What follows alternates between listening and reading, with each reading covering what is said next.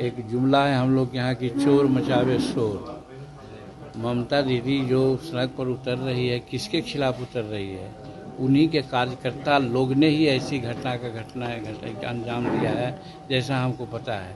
उनको घटना घटाने वाले लोगों को चिन्हित कर करके सीवियर कार्रवाई करना चाहिए। ऐसी कार्रवाई करना चाहिए कि फिर कोई दूसरा नाम न ले और उल्टे अब वो सड़क पर उतर करके वो क्या कहना चाहती हैं। जिस प्रकार की घटना घटी हो शर्मनाक है। देश में हम समझते हैं इस प्रकार की अप्रिय घटना बहुत कम होती है। बिहार के भागलपुर में अगवानी पुल 2 साल में तीसरी बार गिर गया है। सरकार पर और विभाग पर बहुत बड़े सवाल खड़े हो रहे हैं, क्या कहेंगे? हम जरूर कहेंगे कि उसकी जांच होनी चाहिए, कहाँ लीकेज हुआ है, कहाँ कमी हुई है जिसके चलते पुल टूट रहे हैं। एक पुल नहीं, सीरीज ऑफ द पुल टूट रहे हैं। तो जरूर लगता है कहीं न कहीं बनावट में कमजोरी होगी। इसका जांच होना चाहिए और जो इसके लिए जवाबदेह हैं उसको दंडित करना चाहिए। और फिर इसमें हम एक बार और बोले हैं कि ये क्या है कि इसी साल सारे पुल टूट रहे हैं, पहले पुल क्यों नहीं टूटे थे? तो कहीं न कहीं ऐसा लगता है कहीं कोई राजनीतिक षड्यंत्र तो नहीं है जिसके चलते सरकार को बदनाम करने के लिए इस प्रकार की बातें हो रही है।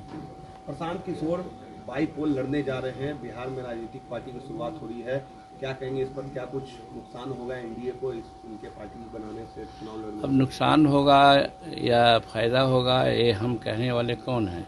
हर को अधिकार है चुनाव लड़ने का और प्रशांत किशोर भी लड़ रहे हैं चुनाव, तो अच्छी बात है वो लड़ें। इसमें कहाँ कोई दो मत है, किसी को रोक है जमहूरियत में।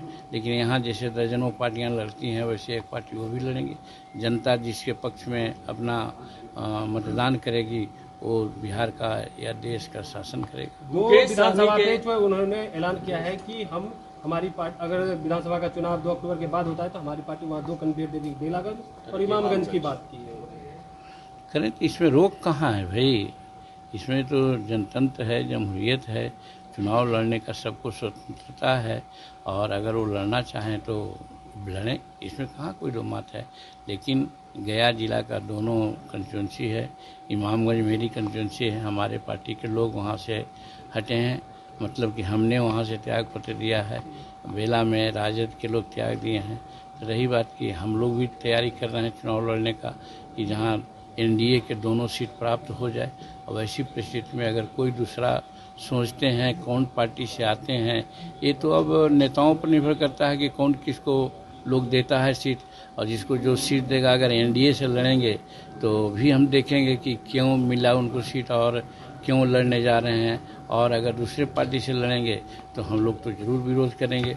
हम लोग चाहेंगे कि एनडीए का सीट इमामगंज रहा है और महागठबंधन का सीट बेला रहा है। आज के परिस्थिति में जो नीतीश कुमार यहाँ अच्छा काम कर रहे हैं, जिसका असर समाज में दिख रहा है, तो वैसी परिस्थिति में दोनों सीट एनडीए को मिले, ये मेरा प्रयास होगा।